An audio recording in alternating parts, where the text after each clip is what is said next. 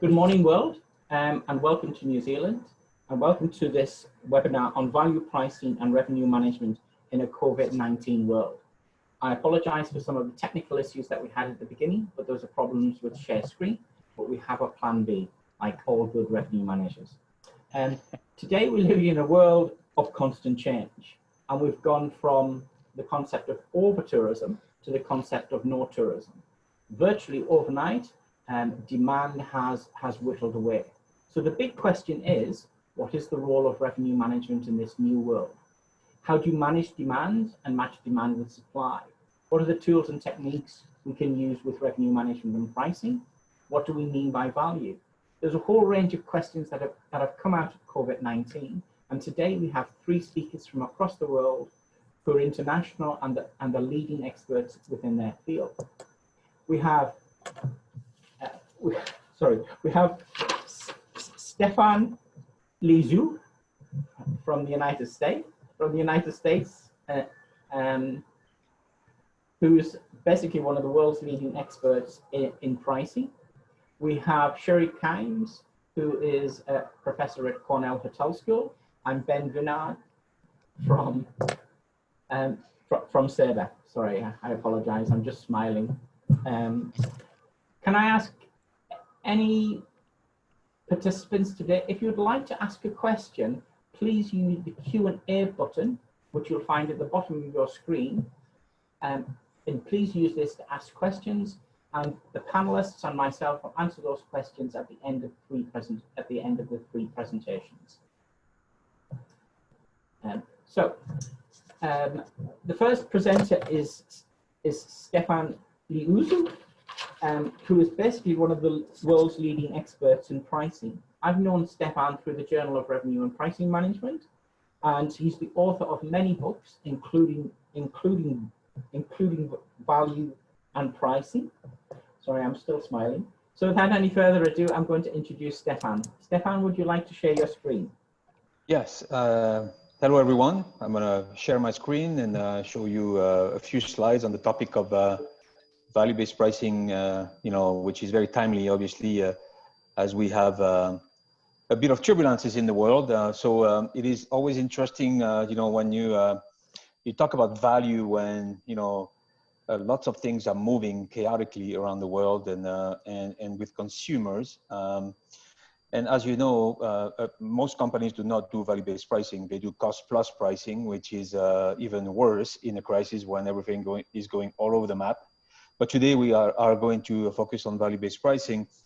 And I want to just do a little quick reminder for the audience of what is value-based pricing, because one of the findings that I've done many years of research on the topic, including getting my PhD on the subject, and there are many definitions of what value-based pricing is, the conceptualization of it, how do you do it, and even consultants are not getting the same definitions. Not like Six Sigma, where everybody uses the same definition. In value-based pricing, it's pretty much all over the map. So if you look at literature and if you look at what's written in terms of pricing orientation, you have 3 main commonly accepted pricing orientation. You're going to do your price setting based on cost. You're going to do it based on competition, in very intense competitive, industries. And then you're going to do it on value, right? Now, the reality of price setting and price getting is, in fact, you will use the 3 C's. You will use cost, competition, and customer to set your price. And obviously, depending on where you are, what industry you're in and what kind of systems you use, this price setting will be based on algorithms derived from the transactional data, your cost data, or, if you do scrubbing of competitive information, you could put rules in your systems to match your competitors or to always be a % over your competitors. So there's a lot of different things that go behind it. But pretty much if you look at this, then the question becomes which orientation do you actually primarily use? And in a group like my group, I work for Thales. It's a 19 billion euro company located in France, and I work in the US. We're using the 3 C's. We're moving towards more value-based pricing. But in essence, we are a manufacturing, traditional engineering company producing radars and equipment for airplanes and all kinds of different beautiful technologies, but we are a cost-driven organization because, you know, we are a product maker. So moving towards value-based pricing is kind of a journey for us. But as we move in and increase the level of adoption, I will say, here comes the COVID crisis, and obviously changes a lot of the all the work that we've done for the last 5 years, as far as you know, not only internally how the team reacts to the uncertainty, but also how the customers and the partners, including governments, how do we purchase, how do we procure, and how, you know, all these changes in customer perceptions, understanding of the worth of a differentiation, you know, acceptance of premium, everything is pretty much collapsed over the last 3 months. So, you know, it's important when you talk about value-based pricing that you discuss the concept of customer value, because, you know, this is the heart of you know, of the methodology. I am the Chief Value Officer of the Thales Group. So all I do day in, day out is manage customer value, and it's value extraction, value quantification, and value capture through pricing. So, but in essence, value is an exchange. If you look at the definition from Anderson and Nares, which is, you know, a very, very well-cited paper, it's an exchange between the price you pay and what you're getting in return for what you buy, right? It's an exchange of value and price. So in essence, the concept of value-based pricing is grounded in that exchange where customers, whether B2C, B2B, or B2G, government, will kind of look at, you know, what are the benefits that I'm getting and what is the price that I'm going to pay for whatever that I'm buying. And that's essential when you consider value-based pricing in a crisis where pretty much the perceptions of value, the definition of the worth, the utilities and the benefits are totally changed. It's kind of an earthquake in the perception of value. So that exchange then becomes, I would say, disoriented or unbalanced towards more of a, I would say, pricing pressure and a willingness from customers, consumers, to make sacrifices in how they select and position and rank the offers that they can choose from, right? So value-based pricing is a methodology. I adopt the 6 steps of value-based pricing, and it's right here. You have them on the screen, and I'm going to go through very quickly one by one. And it's not 4, it's not 10, although there's plenty of definitions out there. This has been around for 30 years, developed by Tom Nagel, the guru of pricing strategy and tactics. So first of all, you need to understand your competition and then do very deep customer segmentation. You know, this is a primary, the pillars of value-based pricing. And then that leads to the step number 3, which is really understanding your true differentiation. What makes you unique versus competition? And that concept of differentiation is obviously focused on perceived differentiation, right? And that changes between B2C, B2B, and B2G, where in B2C, we'll have a lot more emotional and brand equity and a lot more psychological effect on the differentiation, where in B2B and B2G, it'll be a lot more rational as far as how much money are you going to save me. So, you know, a rational evaluation of key differentiation. Then we get into the quantification of value, which is probably one of the most difficult aspects of value-based pricing, which is, you know, doing economic value estimation and doing, you know, work through conjoint and all these beautiful TCO models, TVO models, ROI calculators, to be able to extract the value pool. Okay, I'm better than someone else. Then I'm going to have a differentiation value, which is a total number. That's more on the B2B side. And then I'm going to share that value with the customer. It's less of a calculation in B2C because, you know, the brand power is so strong in the customer mind that, you know, the customers are allocating a lot of weight to the perception of the brand and their preference toward the brand. And then this is related to brand equity, you know. So, but sometimes you'll see in stores, you know, statement of value, statement of differentiation on packaging, twice as fast, 28% more whitening. So these are kind of nuggets that will justify the perception of value, and the consumer will look at brand A and brand B and look at, say, well, I'm gonna make a trade-off between brand A and brand B. I'm gonna buy brand A because I like the brand, I like the benefits they put forward, or the positioning in the store, etc. And obviously the mind share that the vendors get through advertising. And at the end, you price. So you see, value-based pricing is 90% value, 10% price, not the other way around. So as a chief value officer, I could have been called chief pricing officer, but I decided chief value officer because most of the work we're doing is about establishing that value in the mind of our customers, whether they are passengers in planes, government buying, defense systems, or, we build satellites and we launch them. Everything has value, and that value again is, exchanged against price. So an example of what comes out of value-based pricing, it's called an EVE, an economic value estimation, where you actually show your differentiation value. Those are called value drivers, and you see them quantified, 2,350. You have a reference value, which is the price of your competitor, or if you buy an iPhone, it will be another phone. There's always going to be a reference, when you make a selection, frame of reference and reference. Then you're going to add your positive differentiators, deduct your negative differentiators, and that will give you, the value that you can exchange with the customer. So this concept of EVEs, you could also build total cost of ownership models. They are well understood in companies that do value strategies, and you can actually buy a software, in the cloud to do these, what I call the staircase models. And this is what we do in my company day in, day out, to equip the salespeople with good argumentation and good value proposition quantified. So what happened when we are facing this turbulence? Because at the end of the day, we are in an earthquake, and it's not over. At least in the US, we're not over. Maybe in New Zealand, I know you're doing much better. But in the US, we are still in the middle of wave one, and we have a bit of a chaotic situation. So we have a lot of changes in the business as usual. The customer sentiments, the level of optimism, whether they're consumer optimism or business owner optimism, the changes in perceptions of value for money, everything is really changing on a daily basis based on what's happening in the news. And people right now are very focused on, what's happening with our, that virus and the disruption in business. Also the ranking and the importance of the value drivers.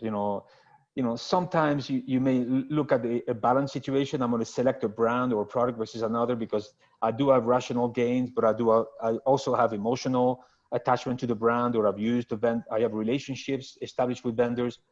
Right now, a lot of the decision is going to be maybe much more based on rational savings and, protecting the cash flow and make sure that we survive for the next 6 months. So, it impacts the ranking of the value drivers in the selection of potential offers, but also the willingness to pay. So willingness to pay right now is all over the map. And if you do primary research to test that through conjoint and other, trade-off analysis, you're going to find big changes. And you're going to find that maybe you got to do that more regularly right now to really extract something that makes sense. There's also an openness to make further sacrifices. Maybe you used to buy a brand or you used to select a carrier that was more luxurious. Right now, consumers are trying to be very conservative and maybe lower their standards as far as brand and quality.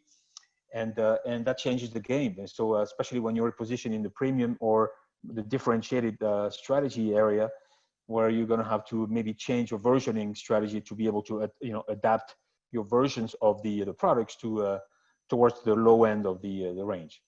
So emergence of irrational and emotional value drivers, we see right now in the US, we're still cannot get gloves and masks, and at some point we have no toilet paper for 3 months. The number one economy that had no toilet paper. It's a bit of irrational, but right now you see patterns that are exploding, and it's all over the map. And even the best data point we had was 2008, 2009, the last big crisis. But this one is a lot more erratic as far as the changes in consumer behavior, the changes in preference, and what I would call the flock behavior, where trends and people look at Twitter and go and buy on what people are saying. So what does that mean for value-based managers, for marketing managers, for sales managers? Is these 7 points. You have to refresh your customer segmentation. Your past segmentation may be obsolete, outdated, and it's important to look at preferences and customer needs right now and project a new normal for the next 12 to 18 months and what's going to happen and what has been the shifts in customer needs and preferences. You need to monitor your competitive actions. Step number 1 is of value-based pricing and looking at what competition is doing. Lots of movement right there, lots of innovation, new business models, new services. Competitors are on the attack. Some low-cost competitors are buying market share for the future. So that means right now, all the value perception, and those are relative, are changing. That means your value maps, your value models, everything needs to be refreshed. So if you have a product strategy, if you have a marketing strategy right now, it needs to be totally redone, and obviously fed with consumer insights that are fresh. And you cannot take a 2019 and make a projection for 2020 and 2021. That includes also visiting your versioning strategy, packaging strategy, launching a lot of new exciting, maybe versions of products, bundles, and that you can use your systems to do this based on preferences and what customers have bought for the last 3 months and immersion needs, as well as maybe launching new subscription models and usage-based models when companies are struggling with cash. All that needs to be then put in a playbook for the sales force. I mean, no doubt the sales force right now is under attack. They're under stress. They have to learn not only to sell virtually, but they have to be equipped with new and refreshed value tools. So you see right now, doing cost plus in a crisis is very complicated because your costs are very erratic as well. A lot of costs are going down. That means your price should be going down. But value-based pricing in a crisis is also, very dynamic. So you have to embrace agile pricing. You have to change, refresh your tools and your outcome of all the analysis every month, and obviously be very in the forefront of what's happening in your market through customer research and adapt. So being agile. So not an easy process, but it has to be done. I'm going to stop here. This is my information. You can contact me on LinkedIn and follow me on LinkedIn and Twitter. And Ian, I appreciate the opportunity to speak today.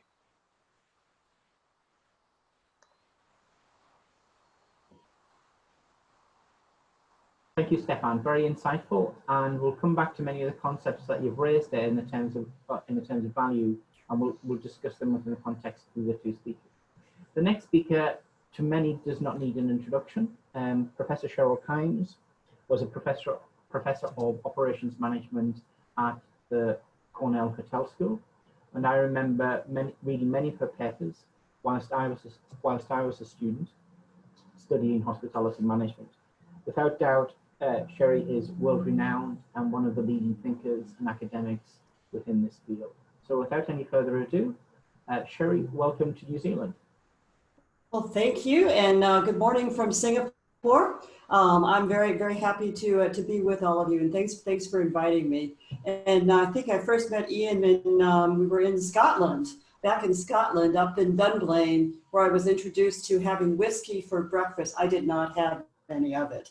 And what I'm going to be talking about this morning or this afternoon is kind of the new world of capacity constrained demand. And what got me really going on this was a month or two ago, I was having yet another Zoom happy hour with some friends. And one of my friends and former students said to me, so why do you even need revenue management when there's no demand? And I kind of got annoyed by that, being a revenue management person. And I started thinking about it. And you see all these things that are out now. I mean, New Zealand, no open borders for a while. UAE with safety rules. Singapore, the casinos are open, but at 25% capacity.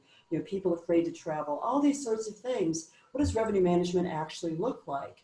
And there was a great article by Dan Skodel, one of my former students, I'm proud to say, talking about effective capacity. But given your constraints, what's your effective capacity? We're used to dealing with fixed capacity in revenue management. And Stephan kind of pointed out, everything's kind of in flux right now. And so it's not exactly the same as what it was. And essentially, we're going from a giant box to a smaller box. Now, in New Zealand, your policy constraints have gone away for the most part, but there's still constraints that you're dealing with.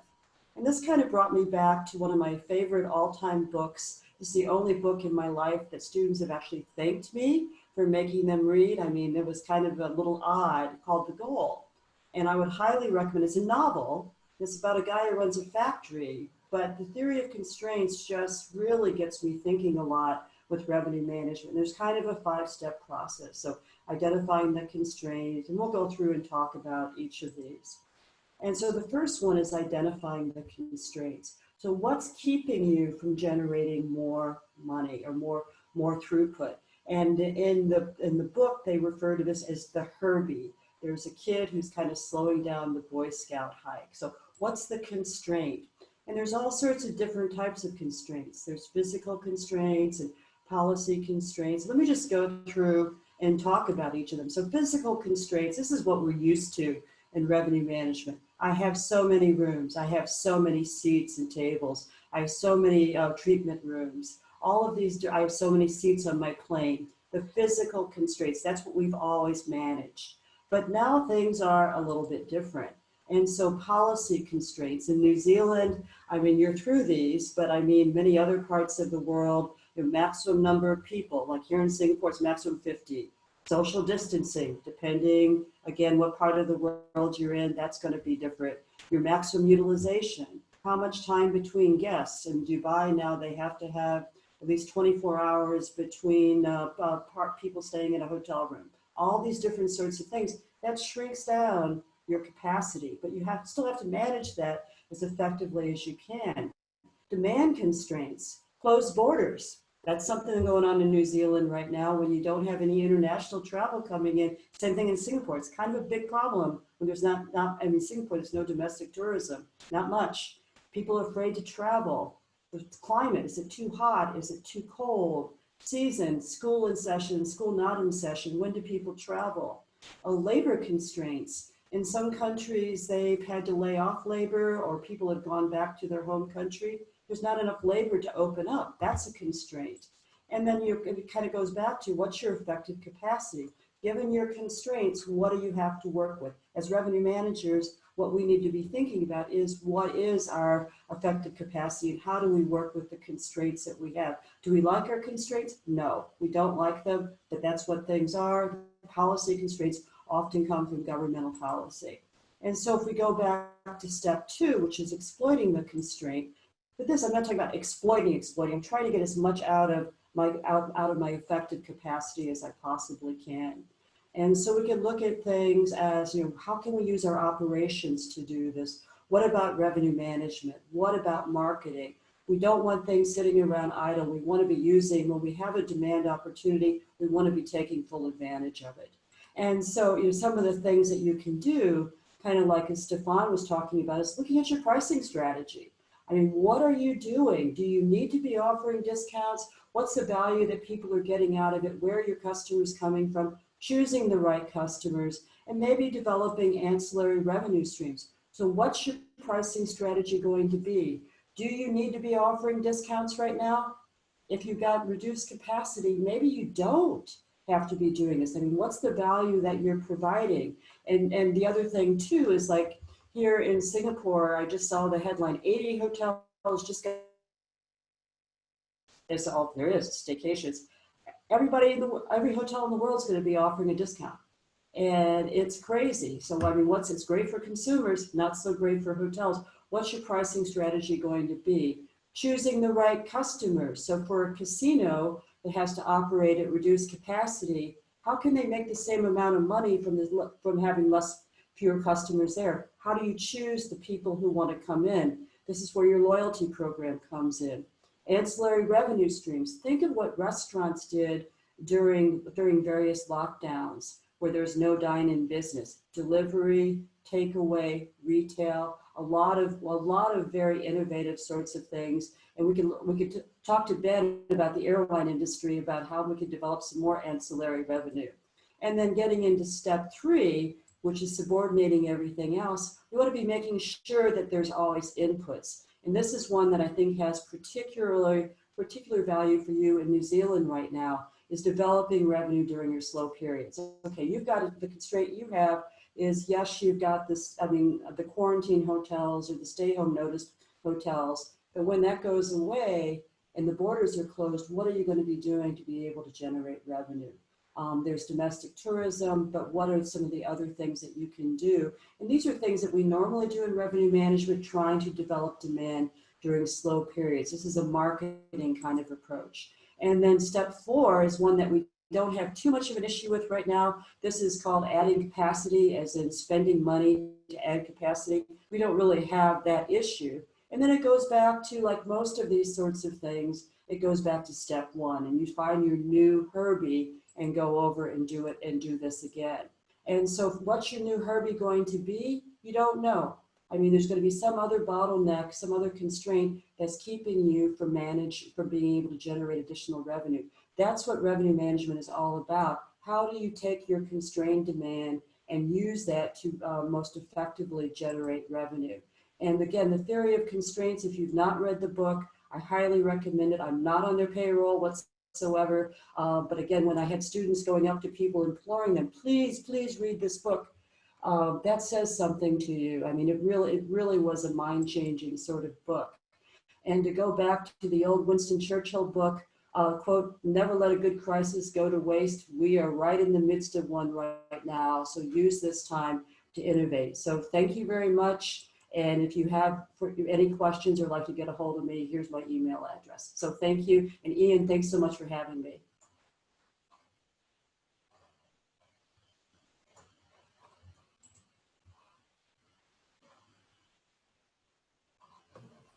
Thank you, Sherri. That was a wonderful presentation. And again, lots of insights there, which we'll come back to at the end of all three speakers. Could I remind participants, if you have any questions or any thoughts that you've got going at the moment, please use the Q&A button, the dialog box, and ask a question, and we'll answer these questions towards the end of the presentation. The final speaker as part of this trilogy is Ben Vinod, and without any further doubt, to me, Ben is one of the thought leaders in industry, and Ben is one of the people that have taken revenue management and pricing and has bridged academia and practice. I mean, he's a very big contributor towards the Journal of Revenue and Pricing Manager. Ben is the Senior Vice President and Chief Scientist at Sabre, with a focus on innovation, and leads their thought leadership program. So without any further ado, Ben, welcome to New Zealand. Ben, you're muted. Ian, thank you. And let me go ahead and share the screen. Just give me a second.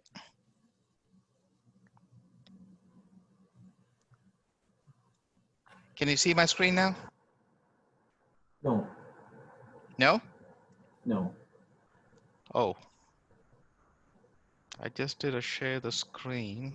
1 second. How about now? It's coming up. There we are. We can see it now. Okay, let me just maximize it. Yeah, give me a second. Yeah. Okay, so thank you, Ian. Thank you for the opportunity to talk to you and the team at the university on what airlines can do in a COVID-19 world. So as part of this presentation, I'm going to skip over in the interest of time, to leave some time for questions. I'm going to skip over the first 2 slides and go through them fairly quickly. Everyone knows the impact on the airline industry as a result of COVID-19. The impact is something I have never experienced over 30 years in travel. I know that 2008, when we had the financial crisis, was bad, but that was nothing compared to the financial crisis of 2008 or the terrorist attacks of 2001. If you look at the large-scale capacity reductions you've seen across all the major US airlines, the impact has been very significant.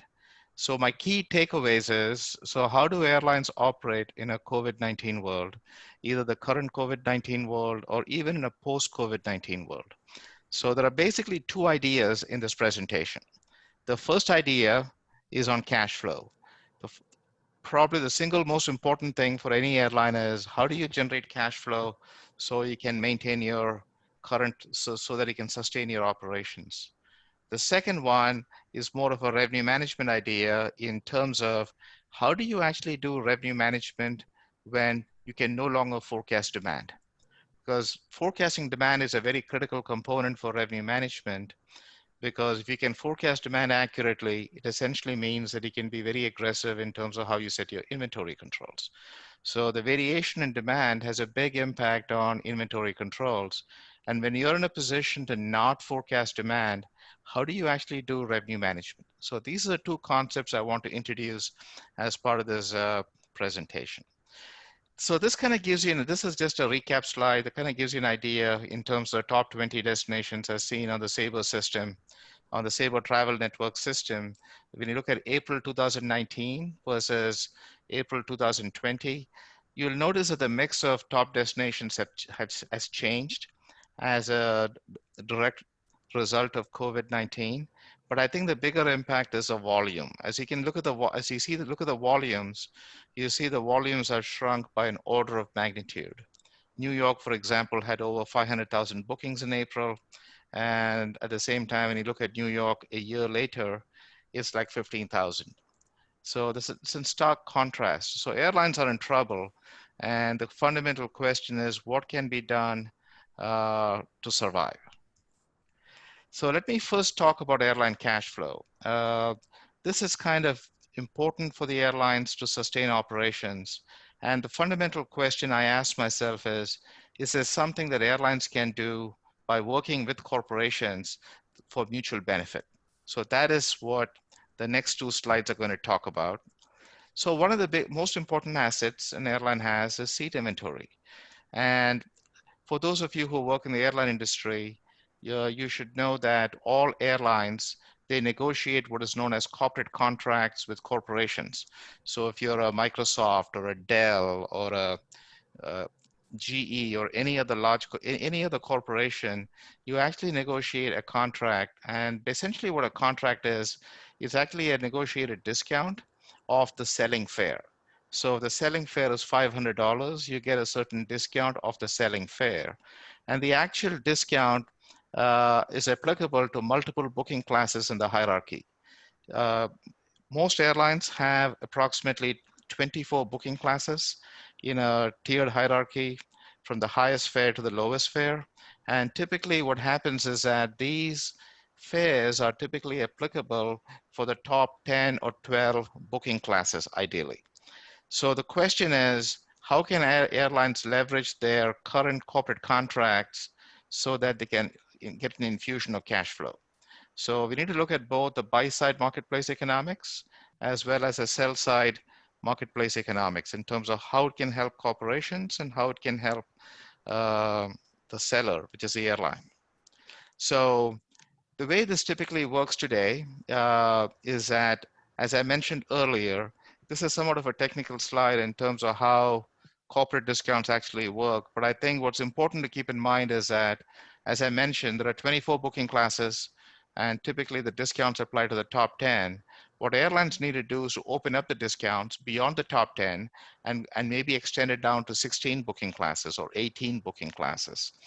The idea being that they can give deeper and deeper discounts and also give an additional discount over the discount they're giving customers today. And they can also put a limit on it by saying, for this many bookings a month, I'll give you this deeper discount. And it's applicable not just to the top 10 classes, but maybe to the top 15 or top 16 booking classes. In return for that, what the airlines can expect to get from the corporation is a lump sum payment, a pre-negotiated lump sum payment in advance. So that automatically improves their cash flow. And once the limit is reached in terms of selling up to a certain point, what will then happen is that the original discount will come back into play. So the deeper discount is limited to what is negotiated. It could be 10,000 bookings in the market, 5,000 bookings in the market. But once that limit is reached, it goes back to the original contract. So this is one mechanism by which corporations can prepay and get a bulk volume discount. In return for that, airline has to do some tracking in terms of keeping count in terms of all the discounts that are applicable. So once the limit is reached, they can go back to the original discount. So this is one method by which an airline can get an instant infusion of cash flow. And this is something that has been discussed internally between airlines and corporations over the last few months. So this is kind of an important strategy that airlines should be looking into. The second idea is what I call as continuous demand management. The whole idea of continuous demand management is that when you have a situation when the forecast or demand of consumer demand for a product is unknown or it varies widely, it's very hard to determine what type of inventory controls you need to be setting. What that also means is that traditional revenue management practices that are typically followed in terms of how you forecast demand, you set inventory controls, and then you monitor those controls over time, simply would not work.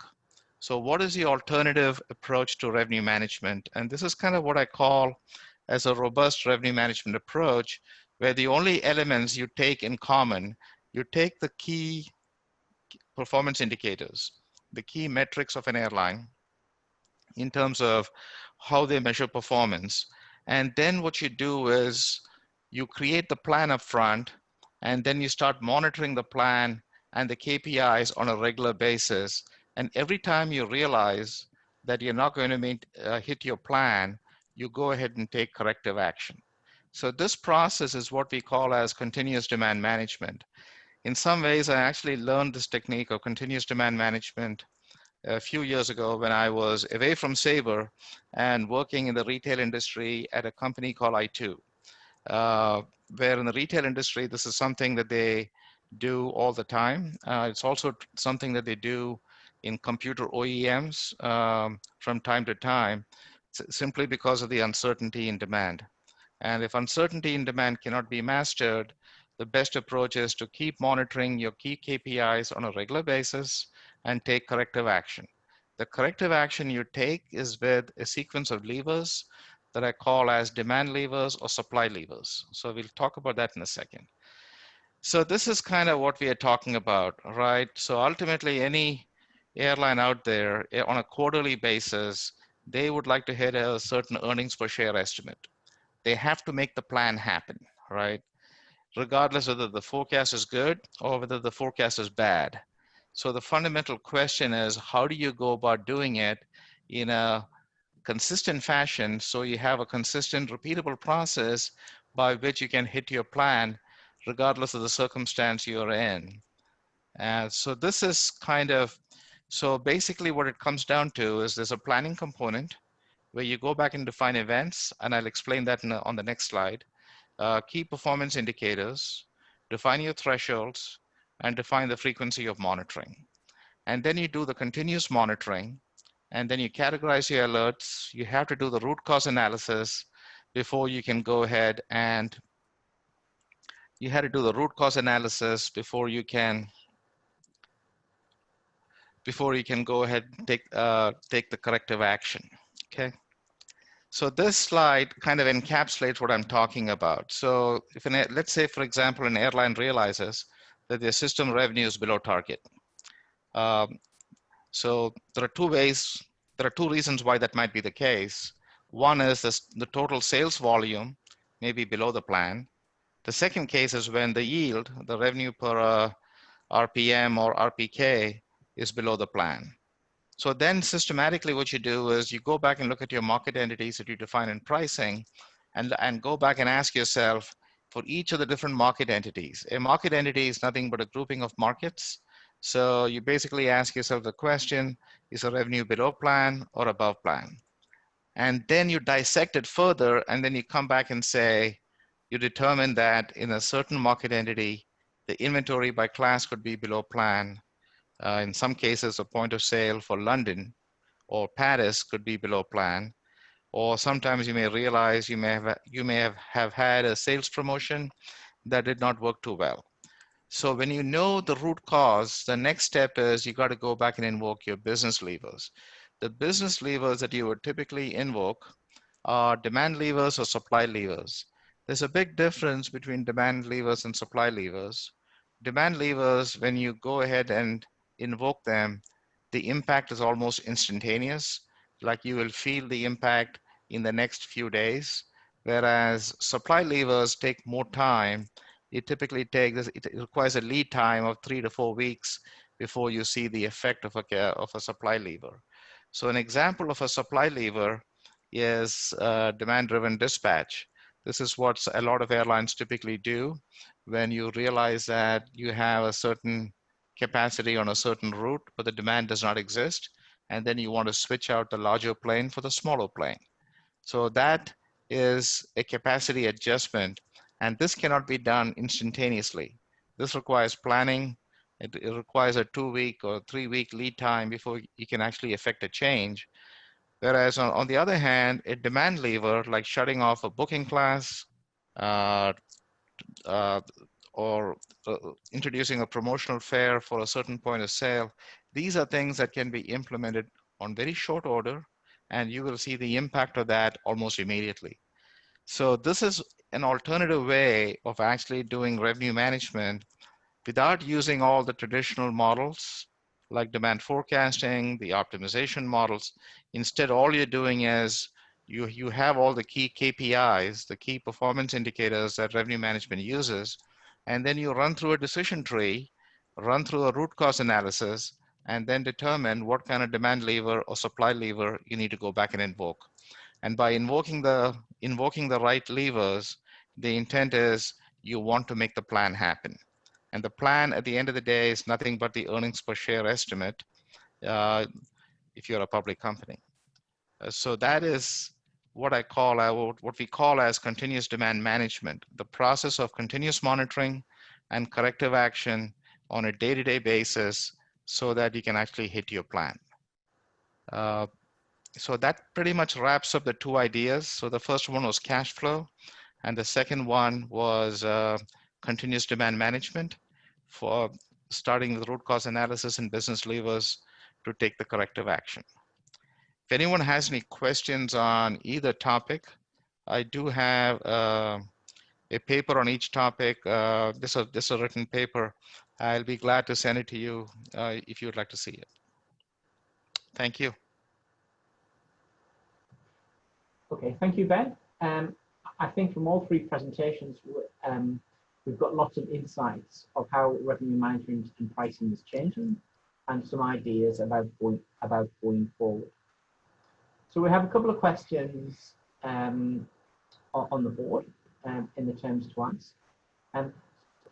First of all, I've got a very, very broad question, which I'll put to all three panelists. Given that everybody is offering discounts across the world, there isn't any sector where there's discount upon discount upon discount. Do you have any specific advice on how to break the cycle? Well, I'll start off.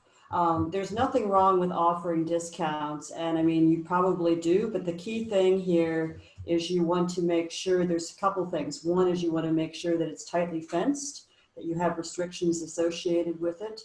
And then the other part with this is that there's a difference in the hotel industry, and Ben kind of alluded to this too, in the airline industry, between your public rate and your private rate. And you want these to be more on the private side, because you want to, if you can, not be showing, if you're running a luxury hotel a night. You might actually be able to get a room for $50 a night, probably not, but that's not going to be out there for everyone. It's going to be very tightly fenced kind of thing. And why do I say that? This is based on the 2009-2010 downturn, advice from other people, experts who've gone through this, and then also based on, you want to be looking at your competitors. You don't want to be priced a whole lot lower than them, because the research on that shows that that's not a good long-term strategy. And if I can just add to that, what Sherri said, if you look at the cash flow model I kind of walked you through, I spoke about giving deeper discounts, but the fare restrictions are still the same, right? The fare restrictions don't change. So essentially, corporate discounts, the way that they typically work, you have public adult fares with restrictions, and the same restrictions will also apply to the corporate fares. The only point is you're giving them a slightly higher discount in return for prepay. So I may make a couple comments. I mean, in light of what I just displayed as an exchange between value and price, when everything collapses, then you have two choices: you reduce price or you increase value. So in some cases, discounts are necessary because you may be pricing yourself out of the market based on what you deliver. But also you have companies that decide to give upgrades and more value components for free, instead of giving a discount, like free upgrade, extended stay, late checkout, and all these maybe extending a subscription time period. or upgrading a subscription instead of touching the discount and the price, because it affects the anchoring for the long term. So, you know, one or the other. At the end of the day, you have to be agile, and you have to look at what's happening in the, you know, that influences pricing, and take the corrective action. I've got a question that's come in offline, and it's directed towards Stephan. Considering the process of value, one thing that may have been missing from your slides is, what's the connection between co-creation and value? Well, you know, co-creation implies that you know, you're doing this with someone else, you know, a partner, and inherently when you co-create, you have a sharing of that value eventually. So unless I misunderstood the question, but you know, let's say you design a product with a customer and you create a lot of value for both, and at the end of the day, you share that value equally during the you know, the implementation, the execution.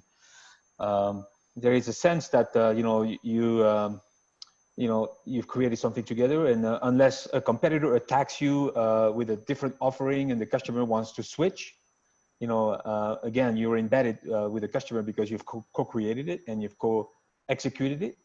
But I would say that, you know, there is always going to be a situation like right now where the customer may say, hey, you know what, we need discounts or we need situation. So at the end of the day, you have to still adapt your pricing, your value proposition, but it's still going to be shared. And the question is, can you remain fair in the sharing and equally share that value pool, even though you're going to share maybe discounts for a while, or give concessions for a short period of time? I don't know if I answered the question, but. No, that's fine. I'll send the specific question to you by email, and maybe you can get back to the Okay. correspondent. Questions to Ben and to Sherri. Going forward, how do you think revenue management and pricing will change? Yeah, I can go first if you'd like. Well, one of the big changes you're going to see with revenue management is that you're going to see a convergence of revenue management and pricing. In many ways, airline pricing hasn't changed a whole lot since airline deregulation in 1979. In the sense that most of the pricing activity that you see in the airline community is based on tactical pricing, which is United Airlines raises a fare by $10, the other airlines decide to match it or not match it. What's happening in today's world with dynamic pricing, which is kind of a new method for inventory control, where the price is a determinant of what the inventory control is. This is actually the first time that revenue management and pricing are actually coming together, where you no longer have static prices, but you actually have a dynamic price that is actually created and actually sold to a given customer. So this is kind of the future of revenue management in terms of how traditional revenue management, which is demand supply match, and pricing, which is kind of separate in terms of how they come together. So the selling fare is a dynamic fare, or the dynamic price. And I would kind of add to that on the tactical side. I mean, I think hotel revenue management is very much, I mean, when you talk to revenue managers, you say, no, we're really strategic. No, most revenue management people in the hotel industry are extremely tactical. And I agree on you bringing in, the pricing is becoming a lot more, just being tactical is not going to cut it in what's going on right now, what's going to go on afterwards. And I would add to that not only the pricing, but marketing. I mean, marketing and revenue management have been getting closer over the last 5 to 10 years. This makes it even more. How do I need to get some people in during that period. Are those the right people? How do I design that campaign? So I think you're going to see kind of a convergence. But that also means, though, is that for people who are in revenue management, is that they need to kind of expand their thinking. So they're not just doing the kind of tactical day-to-day kind of stuff that Ben was discussing, because that's exactly what's been going on in the hotel industry. If I can just add to that, over the last year, I think there are about 10 airlines in the world that are actually experimenting with dynamic pricing on their websites. There are about 10 airlines doing that today. the challenge that they have is they need to make sure that what they're doing on their website also works across other channels of distribution. And that's where the challenge is, and that's kind of what they are working toward. But many of them have actually implemented dynamic pricing on their consumer direct channels already. Ben, could you just follow through with that? What are some of the challenges that they're facing? The biggest challenge is that you need to have parity of content. So basically, if you have a mechanism for generating a dynamic price on your website, you want to also make sure that when a travel agent does a comparison shop, the dynamic prices that the airlines want the agent to see are part of the comparison shopping experience. So this introduces a lot of technical difficulties that need to be worked through, and messaging standards that need to be applied for this to work in the other channels, like the indirect channel. Thank you. I've got a question here. If a hotel's been closed for 4 months, I've got a question here. If a hotel's been closed for 4 months and it reopens, what's its value proposition when it reopens in terms of revenue management and pricing? How do they bring that together? That was a question to Stephan. Whoa. I defer to the expert because I'm not an expert in hospitality, so I don't want to make a fool of myself. Well, I mean, number one, you got to do is, I mean, you got everybody else in the world is in the same situation. And so you've got to be, I mean, and so the real risk of a price war is there because the competitors are all going through the same thing. I mean, rule number one is make sure you're executing well. And then what I mean by that is, every hotel chain in the world is saying they've got clean this and safe that, but you see some of the news media stories on that, that's not so true. So make sure that you're executing that well. Make sure that you're really understanding what it is that your customers want. And that sounds like a minor thing, but this is something where design thinking can come in.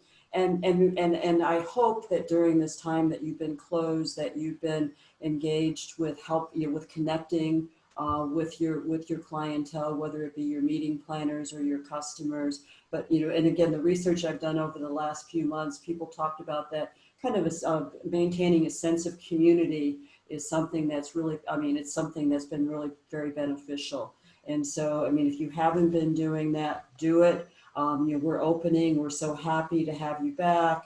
I mean, you're just kind of creating that sense of community, and at the same time, making sure from an operational standpoint that there are no glitches. I mean, the last thing in the world you want to have happen is, oh, I went to that hotel and this was the first infection kind of thing. I mean, you don't want to. Anything going wrong right now is going to be a lot worse situation than it would have normally been. If I can just add to that, Sherri and Ian, I also think that mothballing a property for 2 months is a wrong strategy. Let me give you an example. Last week I was in New York, and I had made a booking at a Marriott property at a Spring Hill Suites, I think, and they had a very interesting model. This is something that Marriott claimed to have invented. They basically told me that when I checked out of the property, for 2 whole days, no one would visit that room. And the 3rd day, they sent someone in to clean the room up and make it available for the next guest, which essentially means from a capacity perspective, they're taking a big hit on capacity by not selling all their available rooms. But this is how they are sustaining their operations and generating some level of cash flow at the property. And this is something that I spoke to the general manager, and he told me that this was a Marriott first or a Marriott idea that they are implementing across all the hotels in the Marriott chain. To kind of add to that, in some countries, in some areas, I mean, the hotels are forced to close. I mean, they don't have any choice in the matter.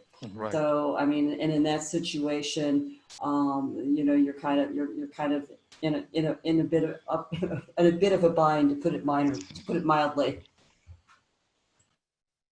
This question for Sherri. Considering the framework that you put forward in terms of theory of constraints, from from a revenue management perspective, what's the difference between management, the management of it from a strategic perspective and from an operations perspective? So from a group of hotels against a unit hotel. Well, I think, so let me just make sure I understand the question correctly about doing it across a group of Yes. hotels as opposed to just an individual hotel. Yeah. Okay, you've got a lot more flexibility. I mean, and so depending where the group of hotels, if they're located in the same city or if they're kind of spread out, you've got kind of a portfolio effect kind of thing going on, where if demand might be a little bit soft in one place, you might have it in another place. You also have the ability to share capacity depending on where the location is. And so, for example, let's say that you're in a location. Again, this varies by part of the world, what the policy restrictions are that are put on by various governments. Is that, let's say that you have a restaurant that is restricted to a certain number of people, or meetings are restricted to a certain number of people. You might be able to use the capacity at some of your other sister properties to be able to kind of spread that sort of thing out. And so, so basically, I think if you've got a group of hotels, it gives you more flexibility.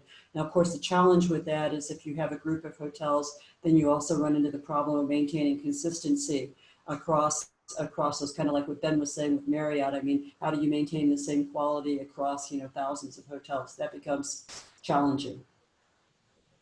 It's now just past 2 o'clock, and I'd like to draw this webinar to a conclusion. First of all, I'd like to thank Stephan, Ben, and Sherri for very insightful contributions and understanding of how revenue management, pricing, and value is going to change post-COVID-19. I'd like to thank Colette and Abby for the administration of this webinar. And from a personal perspective, I need to sort out a couple of technology issues. The next webinar by the Wellington School of Business and Government will be on the 14th of August, and that will be on responsible tourism in a post-COVID-19 world. Just to remind people, if those that have registered for this webinar, you will receive an email in the next couple of days, which will link to this webinar for the recording on YouTube. And if you have any more questions, we will try and answer them individually offline. So thank you very much. Thank you. Thank you. Thank you.